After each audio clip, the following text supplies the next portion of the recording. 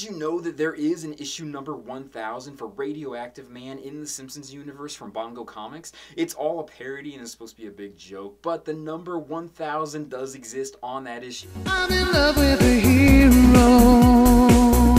I'm in love with the one who will... Hello, comic book people of the world. I cannot believe that Superman Action Comics has been out for 80 years. Issue number 1000 is out. Action Comics issue number 1 hit newsstands on April 18th, 1938. You gotta give credit where credit is due. Jerry Siegel and Joe Shuster, I don't think they realized what they were creating at the time when they created Superman. I won't go into the whole history about how Siegel and Shuster created a completely different Superman before they created the one that we all know and love today. And I will put it out there that they were also fired from their own creation and given some restitution, but nowhere near what they really deserve. But enough about that. Let's talk about this issue. There are 9 different covers to it. It's comprised of approximately 80 pages with 24 different writers and artists. It's basically a bunch of different small stories put together from the different perspectives of the writers and artists. I won't talk about every mini story that's involved because I probably won't do them justice, but I do want to talk about a couple of them that I personally thought were great. The first one is called The Never-Ending Battle, which is written by Peter J. Tomasi. It's Superman battling Vandal Savage, who has control over hypertime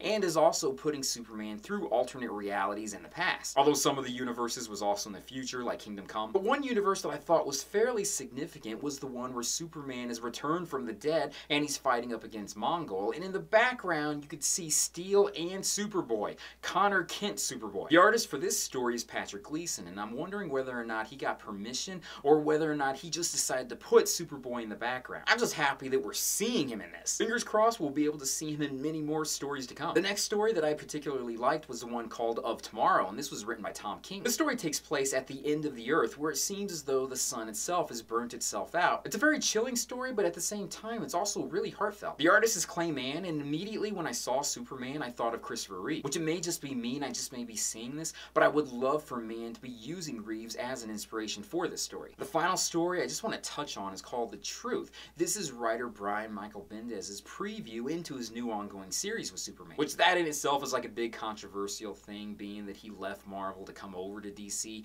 Some people are really happy about this, other people are really terrified about what he's going to do to Superman. This preview is really just opening up a lot of questions as Superman and Supergirl are both fighting a new villain. His name is Rogol Zar, and Superman really gets his ass handed to him in this. I personally would have had this book end on a much more positive ending, but I guess DC Comics is really trying to get readers interested in the new story. It leaves off saying that the story will continue on in The Man of Steel. The artist is Jim Lee, and he is a phenomenal artist. I mean, he really does his story well. That's it. That's issue number 1000. Unfortunately, I only purchased the digital copy, and I'm kind of kicking myself for that. I may go back and purchase the physical copies because I'm going to go ahead and say that this issue is really worth it. I mean, you may not be a huge fan of Superman, but you got to give credit where credit is due. He is a superhero who really opened the way for all the future superheroes to come out in comic books. And true, there have been other beings that had super abilities that existed in fiction before him, but he's the one that really opened up the whole comic book industry the way we know it. But personally, I do think it's worth it. Check it out when you get a chance. It should be available at just about any comic book store anywhere, or if you want to go to DC Comics or Comixology.com, you can download a digital copy from them. But that is it for right now. If you guys like this video, make sure to hit that like button. Also, subscribe to my channel. Check out my Patreon site when you get a chance.